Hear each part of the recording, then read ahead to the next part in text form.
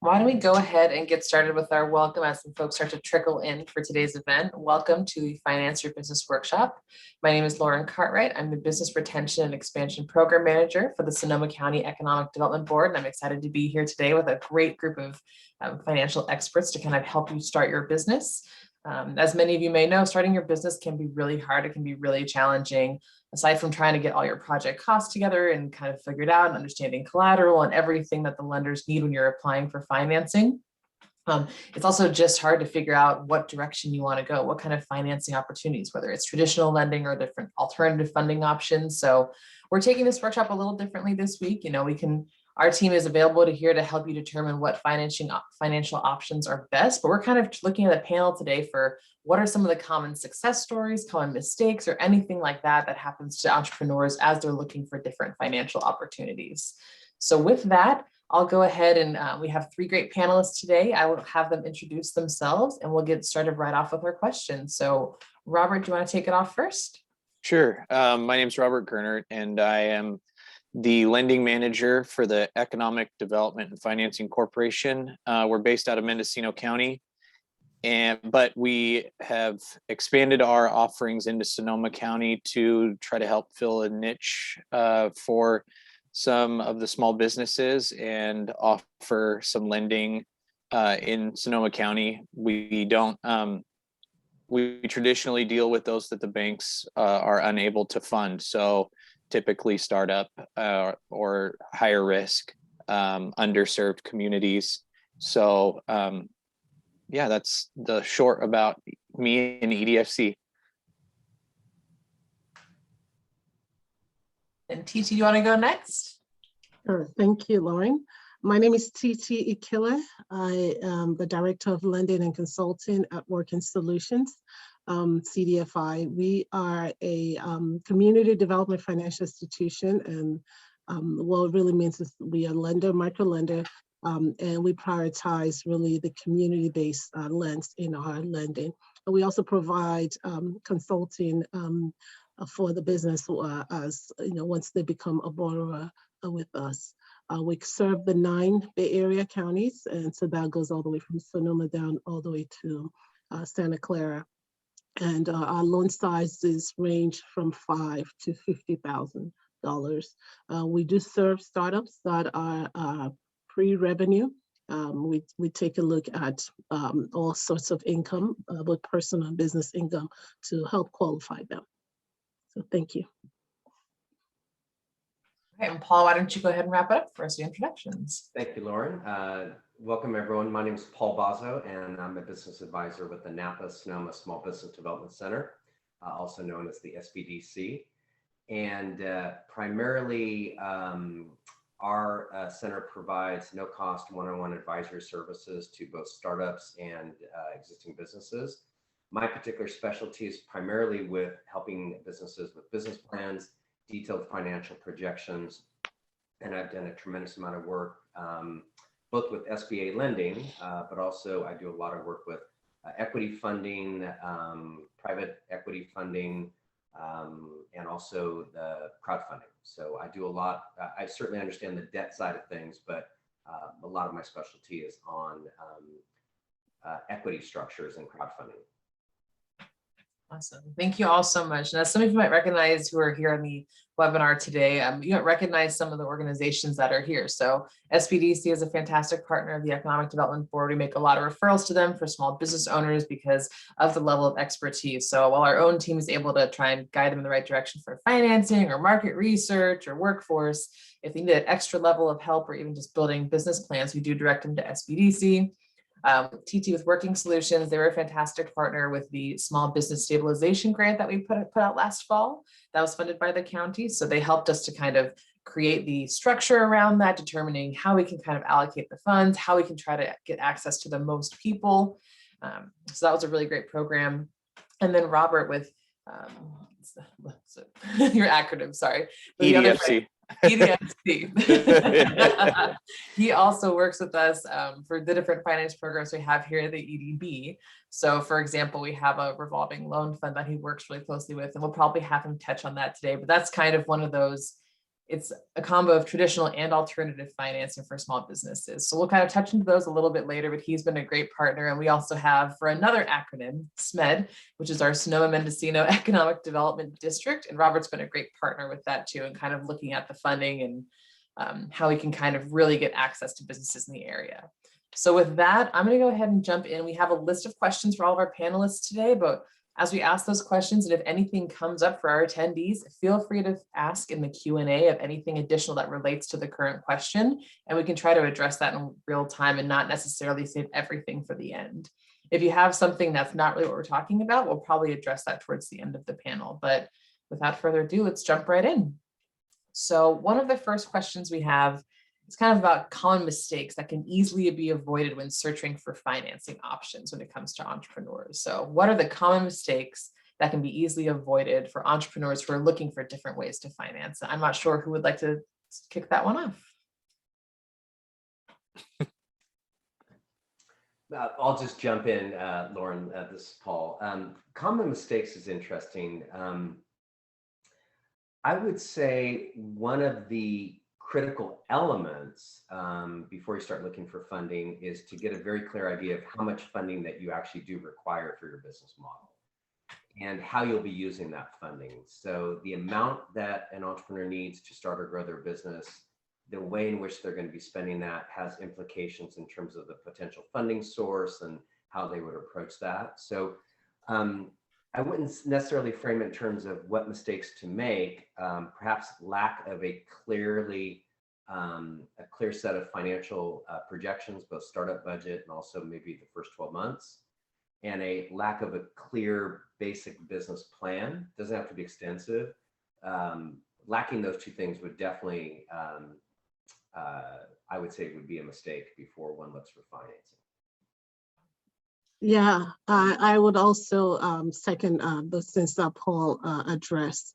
And just going on the other lens of some of those seen typical application, and some of the areas that we also see are the inability to provide strong explanation for gaps and inconsistency that exists in their business.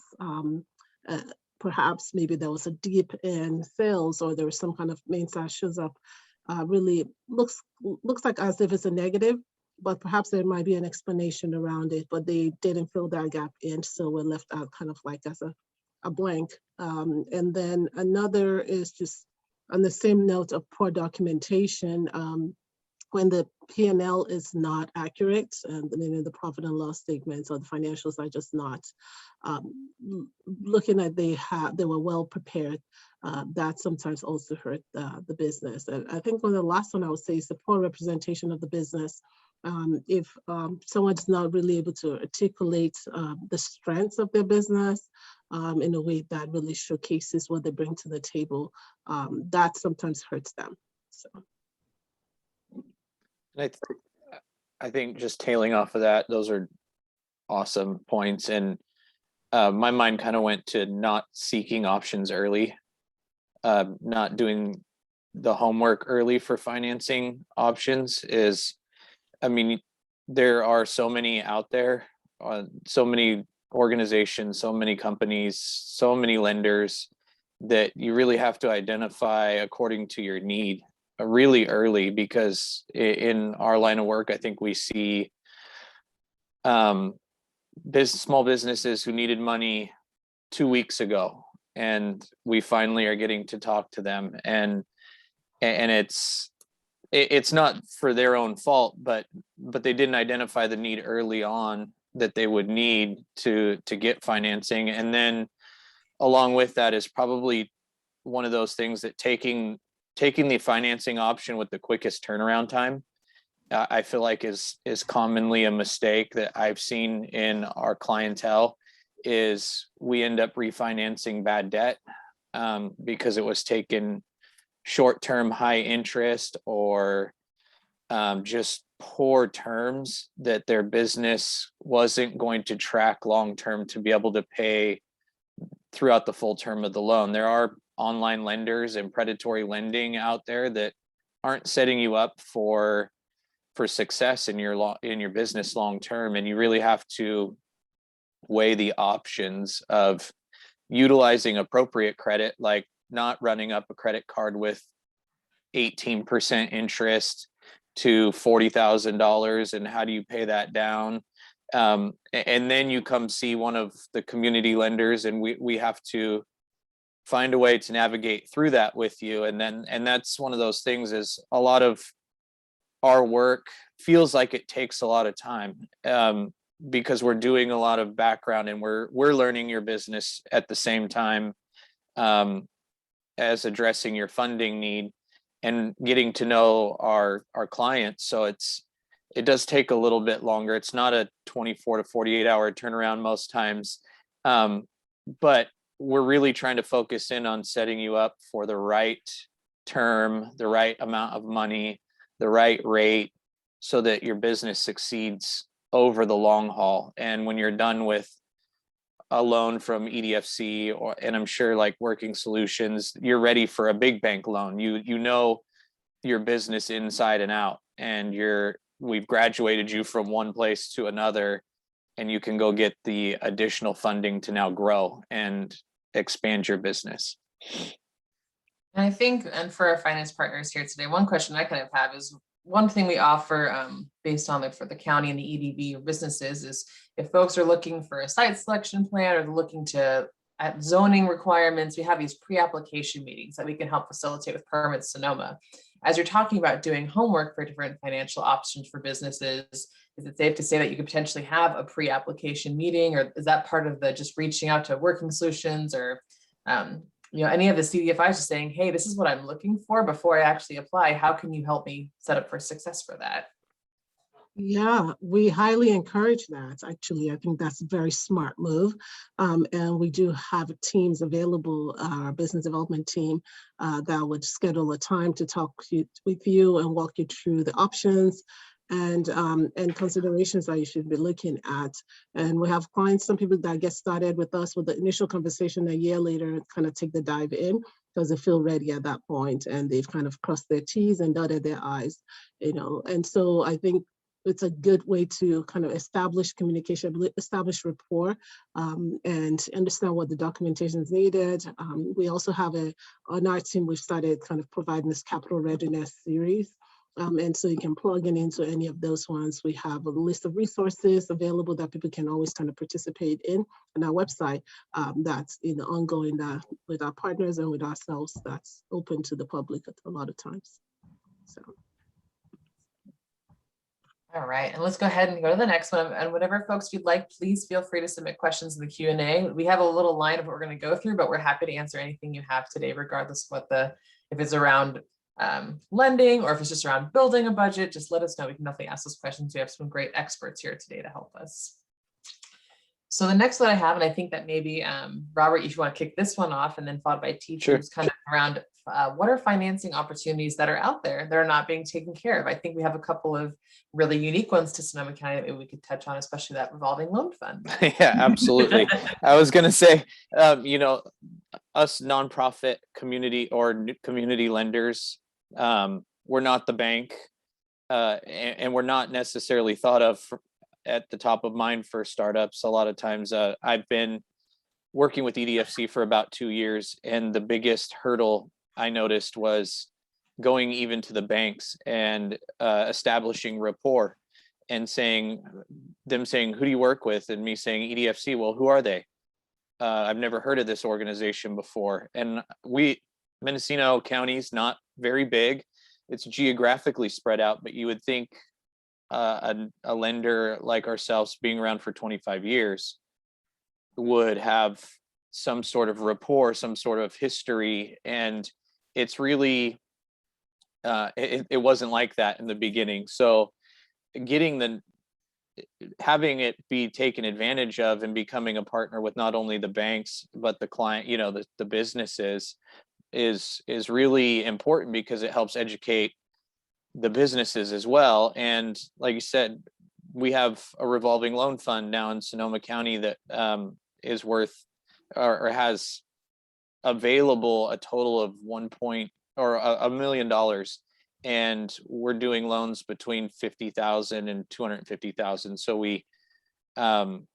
we have potentially quite a bit of capital to deploy in Sonoma County, and we've become really close with people at the banks like Redwood Credit Union as a referral source, and it's just helping get the word out that it's available and the assistance is there. And like I said, doing it earlier on is easier for the client than later. And that's our hardest, I think, roadblock to get over, is getting the word out early and touching the client, getting hands-on and in that kind of mode of this is what we're looking for early on in their process.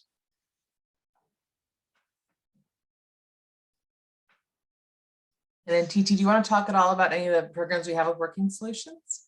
Yeah, absolutely. With Working Solutions, we are obviously our main loan size is still $5,000 to $50,000, and startups are welcome to still apply even in this economic conditions. We have introduced a recovery loan rate, which is at 5%, and also extended our rates into a tier system. We previous to this was 9 to 11% was our standard rates, but now we're kind of operating between 5 to 9%. Kind of like a tiered process depending on the need, and also depending on the need that we identify and their the degree of challenges that they've had to kind of overcome. So that's, I think, a good way to really respond and provide support as there's a need to kind of bring in capital that is affordable, and that helps to stimulate growth in the business. And we're just really encouraging people to pair that with other SBA funds that are out there, and figuring out, so as we identify and review the loans requests, depending on where the business is, at times our loan might not be the best loan to take initially. It might be better to take like an idle loan and utilize that to kind of stabilize, and then utilize ours to like grow. So we're helping clients just kind of think through what's the best option as well in the process. Awesome. And I have a couple of questions from the audience coming in. We have first one from Karen. Is retraining as part of a business setup a qualifier for financial assistance? Before we dive into many of our panelists, I know, Karen, this could be a great opportunity if you wanted to attend our workforce reskilling workshop. We have a program manager who's dedicated to just looking for state funding options for retraining or reskilling or anything like that. So that would definitely be an option for you to attend, and that might provide more creative funding solutions. And then I don't know, Robert or TT, if you have anything to add to that specifically, but about retraining when you're applying for different finance options. I think working capital loans I think that's where it would probably fall in our program, as a working capital type loan for retraining. And it's always possible. It's a lot harder to quantify in the underwriting process, and under review is a blanket amount for working capital is really hard to assess. It's not impossible at all, but it has to be very defined, is what I would say. If it's a retraining and it falls under working capital, you really want to define your costs associated with that, and lay out the plan for, and how the funding would be utilized appropriately under that kind of category of funding. I don't know if Paul, sorry, go ahead, TT. No, I was just agreeing that that's a great way to kind of proceed. Statement. Yeah, then Paul, I don't know if you wanted to chime in too, in terms of building that business plan or building that budget, like how you can factor that in. From my point of view, retraining really doesn't come up a lot in my conversations with funding options, so I don't have anything to contribute on that question. No worries. Well, so the next one after that actually, Paul, goes directly to SBDC. So we have a question here about how do we tie into SBDC? That's the Economic Development Board. Are there different advisors available? Yeah, so the SBDC network our particular center and each center that we have nationally has a set of advisors, and each of those advisors have different skill sets. So for example, we have advisors that can help with marketing or HR, or we do have a lot of generalists, common needs around business plans and financials and funding. So there's several advisors that have experience with that. So I would say most often the best thing to do is contact the SBDC, find out about the level of expertise among the advisors, and apply to be a client. And generally, we will be able to find you someone that can assist with your needs for the most common needs that a small or expanding business has.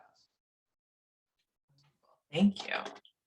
All right, so the next question that I have on my list until anything else comes in is regarding startups. And why do startups traditionally have difficulty finding funding? I know we talked a little bit earlier about some of the common mistakes, but is there anything else that comes to mind that could present a challenge for any startup or entrepreneur?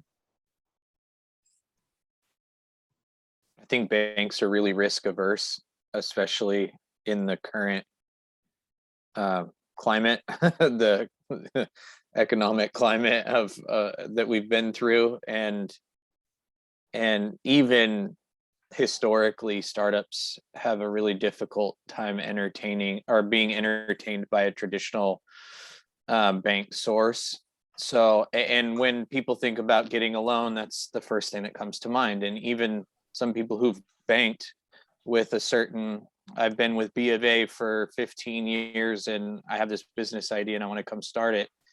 You can be a really good bank client, but it's a different ballgame when you step in for commercial lending, and their regulations and ability to lend is really strict, and there's really defined criteria that they have to follow. And a lot of it goes on track record of the business. And when you talk about a startup, there's not any track record yet. There's a period of time where they want to show profit, or even I've heard that banks can only lend up to, maybe 10% of your income from the prior year. So if you had a bad year, your access to funding is going to be very, very restricted. So I think finding funding, as we normally would think, if we're going to buy a car or we're going to buy a house, we go to the bank and we ask for money and we go through a process and they say yes or no. Like I said, it's a different ball game, and I think that's why you see a lot of difficulty initially. Yeah, I think Robert is right on it. Obviously, the traditional sources, in banks, it's quite difficult to get it. Having worked in banking for years before going to CDFI, I do know the challenges and the high requirements. Most banks would not touch it unless they're at least 2 years in business. And if they have an SBA product, sometimes they have a threshold where you have to ask a certain dollar amount before they can even consider you. So there's a lot of barriers in there. But I think beyond that, one of the things I also see on the business side of is the inability of the business to break their business launch process into milestones that are phased and attached to their funding. For example, somebody wants to start a restaurant and they've had years in experience in the restaurant. The restaurant is going to take $200,000 to launch, and they expect that they will be able to raise that capital directly from a bank or financial institution without really having any track record. They might have great experience, but they haven't been able to prove their traction. And so, we typically try to encourage businesses, if you don't have access to like personal investors and things like that, that break it into phases. Perhaps started as a catering started as a pop-up. Show the traction that you have there and the milestone of that. Maybe that might require $40,000 to kind of launch that. You've been able to show the demand, you've been able to show that you have followership. Critical thing is that most lenders want to know, they don't want a long gap between when they give you that money and when you start turning it around and making revenue. So if you're telling me it's going to take another year before you can kind of show that traction, then it's not the right source of capital. or maybe you need to kind of bring it down to a smaller dollar amount that you can show that traction. And so people are coming at the stage where it's an R&D, research and development phase, where maybe it's like in the tech space where they've not been able to prove that concept. And they're looking for financing. And so I think it's just understanding where you are in the process. If you can build it down, bring it down to a place where you are like about 3 months away from like your revenue activation and ability to be able to show that, then you're ready for that kind of startup. Or, break into just chunk size. Like how can you bring back your model to a place where you can start generating revenue earlier than later? So. Yeah, and I'll just chime in. I agree both with that. A lot of times what happens is I'll get an initial call from a client and they're pitching me a business model, and their initial business plan is going to require this much capital to start. It could be $500,000, $600,000, $700,000, $1 million. And that's just not feasible. Again, banks want 2 years of track record before they consider loans. And so that type of startup capital is just not feasible. So I spent a lot of time reverse engineering that into phases and saying, let's get started. Let's get your business going, but let's do it in a way in which the first model is achievable and feasible given the amount of funding you secure. And you can always expand. It's always better to expand. So I'm a big fan of lean startup and working within the feasible budget. And honestly, you don't want the pressure of a $300,000-$400,000 loan. Every month, you've got to make that payment with interest. They've got your potential house and IRA as collateral, and you just don't want that much pressure. So start light, start easy, get out there, start building a reputation, revenues, and the financing will come when it's ready. All right, a couple other questions. Let's see anything else coming through on Facebook or the Q&A yet. So I'll just keep going through my list. The next one is, they're asking, is there a difference between owner equity and collateral? I don't know who'd like to touch on that one. TT, do you want to take this one off to start? Yeah, I can take it on. I don't want to bore you with a lot of financial lingo, but I'll tell you this, that from a micro lender perspective, we really are not expecting much from collateral. We are now ready to go out and foreclose on people's homes and take out your cars, where your babies are in the car. That is just not a pretty sight to have at the front cover of a newspaper. So we prefer not to go after collateral, but what we do ask for is assets and business assets pledged to show that you have skin in the game. And we do that with what we'll call a UCC Lien. And it's something that's filed. It's a typical thing that's done by most lenders. It just puts a hold on the business that you can't sell the business without asking us for permission. So let's say your business grows and you're doing really well and you're trying to exit out, then you would have to pay us off before you can do that. But at least your personal assets would not be in jeopardy. As far as owner's equity, we actually prioritize that. But in our side, what we're looking at really from owner's equity, we want to see your skin in the game, where, there's ways that you can look at it from the accounting standpoint. It's like what's on the balance sheet and all that. We know that most of the businesses are coming to us really don't have that strength, but we want to know what have you invested, both your sweat equity as well as your financial equity into the business. How much time have you been working on this? Can you try to quantify that for us by what you've been investing into this? And then financially also, what you've invested into the business, because somebody that has put in time and effort and they can demonstrate in those things shows us that level of commitment and the fact that they're not going to easily quit on it because they have buy-in into it.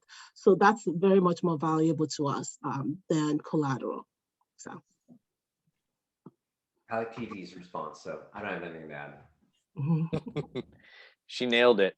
Yeah, I was really basic. I put owner's equity is what the owner invested into the business directly, and collateral is what the business owns or the person owns that can be pledged as security on the loan in case of default. So I was really dry.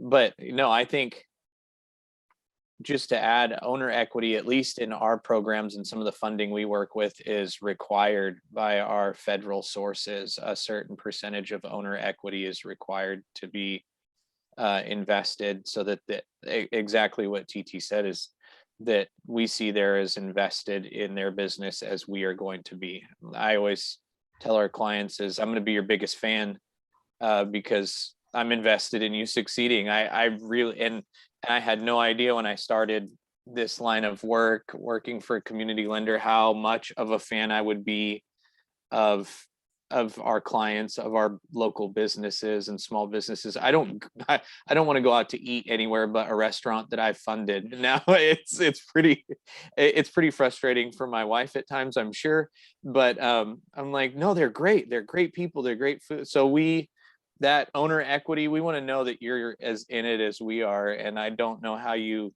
do this work without being, really invested in your client base. So it's both are extremely necessary, and it speaks to the character of the business. And like TT said, we take no pride in trying to exercise collateral and collect on collateral. That's the last thing on the face of the planet that I want to do, is come take a car or something of that nature, or even a piece of restaurant equipment that we wouldn't know what to do with a pizza oven in a lending office. I mean, we're not trying to open that business back up inside of our office. So I always tell our clients, communicate, over communicate. Even if the business is in trouble, talk to me. I'm not going to put you in default. I'm not going to slap you on the hands for communicating its difficulty. What I want to do is be able to identify the challenge and work with you through it. If you need us to, exercise different options in payment plans and adjust your payment for a period of time, or find a way that we can help you succeed, so we don't have collateral is such a scary word to people, because I think we hear all the horror stories of people losing their homes or something super valuable to them. It doesn't have to be a home. It could just be something that was really of personal value. And we don't want to be those type of lenders at all. We really just want to communicate with you through it, find a solution to succeed, and then we'll move forward. It doesn't have to be like that. It doesn't have to be a nightmare scenario. Well, I think that's kind of an interesting segue. Like one thing I was noting earlier, but in terms of, I don't know if Paul, you want to chime in on this too, but if a business, so we do have startups, that's what this is focused on, right? Like how you can finance a startup. But if you have a startup who's received a loan, if they're having trouble meeting those like capital requirements you talked about, TD, or anything like that, at what point could SBDC, also potentially help out? Or is that with the initial phase and you're building out the structure for business owners? What do you think about that? Yeah, well, certainly during the last year, I've had couple hundred conversations with businesses about cash flow planning and budgeting. And so historical financials are great, but actually understanding where you're at now and what your projections are for cash flow, revenues and expenses for the months coming is critical, because you want to anticipate a problem, that way you have time to react to it. But yeah, I would say the vast majority of work I do is helping clients get a better understanding of their financial picture, so that they truly understand their revenues, their expenses, their debt service, and the options that they may have either in their business to increase revenues, decrease expenses, increase cash flow, or and to work with various lenders on repayment strategies, negotiating. At the end of the day, all the lender wants is to be paid back in full with interest. They don't want to, they don't want to foreclose on anybody's home. So cash flow planning, detailed projections and budgets are key in my world. And I have a question kind of tied into that, we're going a little bit backwards in the beginning, but so we talked about common mistakes that can easily be, avoided. On terms of building a budget for a business, are there any common like mistakes or areas that you find that people just haven't thought about, like whether it's a renter's insurance or something, like they haven't just factored in a certain cost, like any interesting stories or like things to make sure you keep in mind as you're building that budget? I'll just chime in. Paul's rule is entrepreneurs always overestimate revenues and underestimate expenses. And so being very clear and detailed in your assumptions on revenue, being very clear on your direct costs if you're a restaurant or food business, etc. being very clear, detailed, and comprehensive in terms of all the business expenses that are required, and then budgeting for contingencies, because it's always the things that you don't anticipate or don't know about that will wreck your budget. So I'm a big fan of very detailed financial projections. It's not the most glamorous thing to do, but it is what makes a business viable and works. TC Robert, if you have anything to add, yeah. No, I would just say the clients I've worked with have always seemed to get frustrated when I do projections with them, because I can do so much more. And I always say, I hope so. I absolutely want you to, but we're going to plan for the worst day or the worst month or the worst year and show that you're still going to be comfortable and you can still do it. I want you to walk out when you sign your loan documents knowing that there's no way you can't succeed. You have to close the business and walk away and not try to not make this work. So when we project, we really are super conservative, and even people are like, well, why is there money in that other? It's like Paul said, well, that other category is your rainy day fund. That's when something goes wrong and you need some extra cash flow. You're going to have set aside, several $1,000s if we're following this projection to compensate for that thing you do, that unforeseen that popped up, that piece of equipment that broke down and you had to call a technician, even though you bought it brand new or something like that.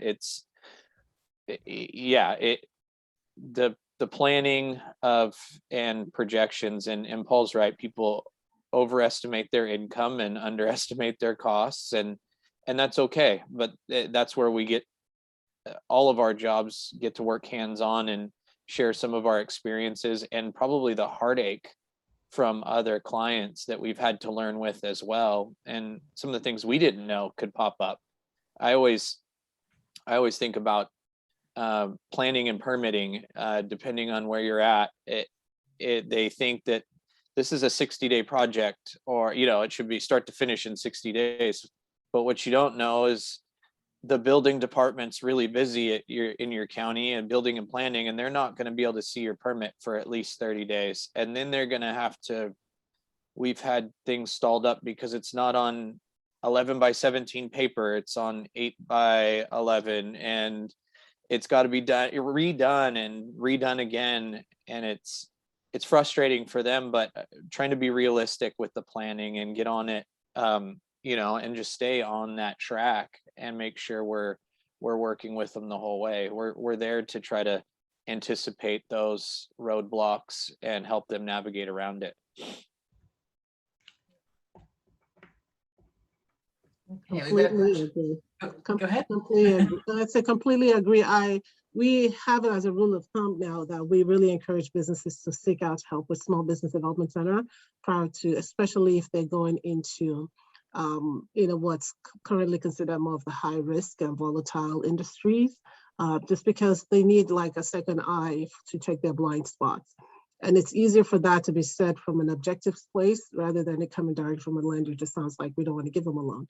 But when somebody else can take a look at it and just say, well, this is your blind spots, and they can work that out and come up with a plan to address it, then we find that that's much more successful approach when we take those deals on, because they've kind of come up with a contingency that is viable.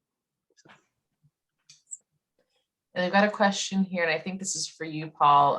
For startups, does SBDC advise on legal structure of a business? The pros and cons from a sole proprietor to an LLC, something like that. Yes, and full disclosure, we can't offer legal advice. We're not CPAs, so we can't give definitive financial advice. But from a strategic point of view, yes, the selection of the entity is a very important consideration. And like, for example, I advise on entities quite a bit in terms of here are the options, here are the pros and cons for each. And at the end of the conversation, it's always, go talk to a qualified attorney for definitive advice. But yes, the selection of an entity is something that we advise on. Cool. And then I have a couple other questions. Let's see anything else from the crowd right now. So let's see. This kind of ties in, I guess, to the discussion around equity and collateral. What is the role of personal credit history in obtaining a business loan? Whoever would like to start. Okay, I'll take a stab at it. I would say that it means a lot to any loan, as long as you're still a privately owned business, no matter if you are LLC, S Corp, C Corp. If you're still within that range, that you're not a publicly owned company and you don't have tons of assets, and your uncle is not the vice president of the bank, or the president of the bank, it's a personal guarantee that is required. And you would have to put that down. That means your credit would be factored in. And so that being said, that's the degree of which it's factored in varies depending on which financial institution you're going to. Just when you go to a bank, traditional banks will, 700 plus is probably more ideal because they're more score driven. As you kind of move on to like maybe other community lenders, that maybe SBA, they might be able to work with you within a high 600 range. And then perhaps you're going to a micro lender, they might have a very kind of, process. And as for working solutions, we are more driven by the credit history than the score. And we say this in that it's not so much of the score that determines if you get a loan with us or not, but your score might determine how much you might get. And so the more your score, the higher your score goes, the more you'll be able to kind of work with us. And we have an open door, revolving door policy of 6 months. So you can come back for capital every 6 months. And if your business is growing, and so your credit could be improving. So it's a good incentive to keep working on that credit score. But we want to know the history. We want to know, we're more concerned about what's happening, tell us the story behind it. We've worked with people that have had 500 credit score because there was a story behind it. People had fraud, people had divorce, and they're able to show us kind of where that dent happened in it, and then kind of what their recovery has been over time. Sometimes it takes time for the score to catch up with the behavior. And so we want to track the behavior. And so that's one of the things that I believe is important. And we take also a restorative look at the process. So if somebody is working on it, then we might tell you, okay, come back in 3 months. We want to see you do this. I want to see you register with a credit counselor. We want to see you kind of actively set up payment plans. So we work with people depending on where they are in the process. That's right on. That's hitting the nail right on the head. I mean, for young businesses and even existing businesses, I've seen businesses that have been operating for over 20 years and had personal credit issues, even 10 years old, and the banks would turn them away. And even with a really good credit score after an event, like TT said, a divorce and cause for bankruptcy or something like that can devastate personal credit, but we're concerned with the story. I had zero issue lending to that client when I heard the story. And that's the beauty of the work that we do as community lenders, is the bank can't necessarily tell that story or can't work around it. Their regulations don't allow them to tell that story. Ours do. We have some flexibility in that, and we want to tell the story. And that's why I want our clients to know where they're at, know where their credit history's been, and if there's an event, have you addressed it? Are you working on it? Where are we at? And some things take months. I mean, like you said, 9, 10, 11 months of work on personal credit, but that kind of dedication shows the character of the borrower to really want to succeed and move forward with the lending process and achieve their goals. So it's something we work hand in hand. Like Paul probably said, we're not legal financial advisors. We try to do things kind of just common sense, I guess you would say, as far as how to help assist you in improving your credit. But along the way, we can check the behaviors and help you improve on that. And really, I always explain to our clients, it improves not only your chances for our loan, but anything else after on a personal side. If you're doing some of these practical things to help your historical credit, you're improving your chances later. I really do actually care about you as a person. When you go for something else to somewhere else, they're not going to bring up the same things because we've addressed them already, and you've gotten past it and moved forward. You know, Lauren, real quick, and I completely concur with what my esteemed panelists have mentioned. I'm a huge fan of monitoring your credit and having good credit. But although credit is critical for any type of debt lending, you know, a lot of the work I do, a tremendous amount of the work I do, involves founders investment, using friends and family, angel investors, venture capitalists, crowdfunding. And the good news, there's a lot of pros on that, but you know, those don't require great credit per se. I mean, obviously the character of the individual, those type of things factor in, but an event that occurred 4 years ago doesn't really matter to a potential angel investor. They look at the individual today, they look at the team, the business potential, the projections, so credit is important, absolutely, but it's not a factor in a couple of the more common approaches to funding startups.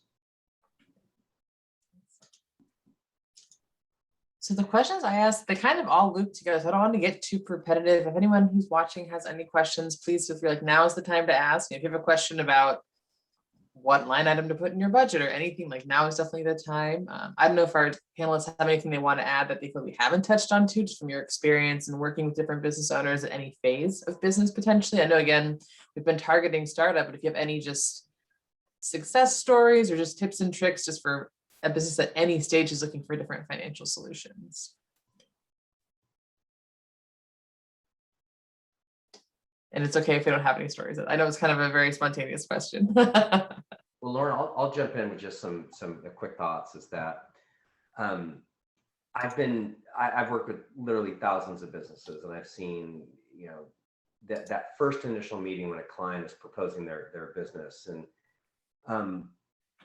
you've got to have a clear vision of what you want to create. And again, I'm going to go back to financial projections. So the basis of me to work with any new client and starting a new business starts with the financials. I want to know the amount of capital required to get to opening day. And I want a very clear idea on a month-by-month basis of the projections related to revenues, direct costs, and expenses for the business. So if there's any words to the wise, if you will, from a seasoned business consultant, is I begin with the financial projections. The more detailed, specific they are, the better off I think the ultimate success of the business will be, and the probability of securing funding. So no matter how cool the business is and how grand the vision is and how talented the team is, the foundation of this process involves the budgets and the financial projections, because that will inform every potential funding source moving forward on any scale. So that's my words to the wise. And during that time, we did have a question pop up, unless you want to add anything, Robert or TT. This question is kind of an interesting one. It talks about financial resources available for cannabis startups. I know that is definitely an up and coming, already present industry in Sonoma County. I know that because of the federal versus the state level of approvals or legalities, I don't know if that presents any unique challenges. I know I've heard stories in the past about just accounting challenges because, you know, being federally funded, just accrediting with banks and everything, it can be challenging in terms of processing payments and whatnot. So I don't know if you have anything to add about cannabis startups or how to creatively, you know, start a business that route. I'd say that's probably Paul's investors and things like that. No, I'm sorry, Paul, I put you right on the spot. Like, no, it's all good. Actually, from an advisory point of view, so I'll speak from an advisory point of view. Since we're a federally funded agency, we can't deal with products that contain any levels of THC, but Hemp is a federally approved category of goods and services. So if the client's business model exclusively is legal under federal law, then we can advise from an SBDC point of view. Mhm. And on terms of like financing resources, so aside from the advisory component, if someone's looking to get some sort of a lending, I know that that's generally fine, yeah. And that's not an issue. In other words, there's a lot of individuals with fairly deep pockets that are more than happy to invest privately as angel investors into high potential cannabis startups. So that.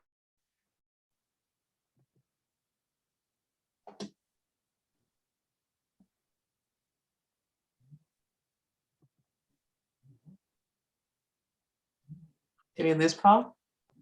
It froze on my end. Mine as well. Oh, there you are, Paul. Sorry, I froze for just a moment. All right. Okay, is there anything else to add about thoughts for financing or just startups for cannabis aside from the private funding solutions? The banking sometimes is problematic, but perhaps that's been resolved. I haven't heard that issue as much of late. Mhm. Yeah, I mean, at current with the funding sources we have, they're all federally funded sources. So we're not currently allowed to engage in lending practices with cannabis due to the nature of its federal regulatory status. So our hands are a little tied at this point. I know Mendocino County, Sonoma County, a lot of our neighboring counties have a lot of growing cannabis industry, and it's difficult for them to access any sort of financing from typical sources. And then another part of Karen's question was just the best method to contact any of us to set up an appointment. We included all of our contact information in the chat. So I don't see any other questions that are posted. I don't know if our panelists want to add anything else, but I'm grateful that everyone came by today and answered questions or were just present. This is live recorded on Facebook, and you can reference it later on as well. And please don't hesitate to reach out to any of us if you have any questions. And hopefully it's become apparent that we can help you at any phase of your business, right? Whether you're looking for just someone to guide you in the right direction to one of the panelists, or the SBDC to help you build out your plan, or just the funding. And please, it's the refreshing thing about this funding is that we are here to help. You don't have to just go in and apply for that loan right on the spot. You can talk about the process. You can talk about your finances, and we are all willing to work with you as well. So on that note, I think we'll wrap it up for the day. Unless there's anything else to add from our awesome panelists. Thank you so much, Robert, TT, and Paul, for being here today. It was a great discussion, great conversation. I think the questions, we could go on and on probably, with all the little details and information that we need to process for finances. Good job hosting, Lauren. Great. Yeah. Absolutely. Thank you guys so much. Thank you, all panelists and the attendees, and Lauren for organizing this. Yeah. All right, everyone. Have a great afternoon. Thanks for being here today. Thanks.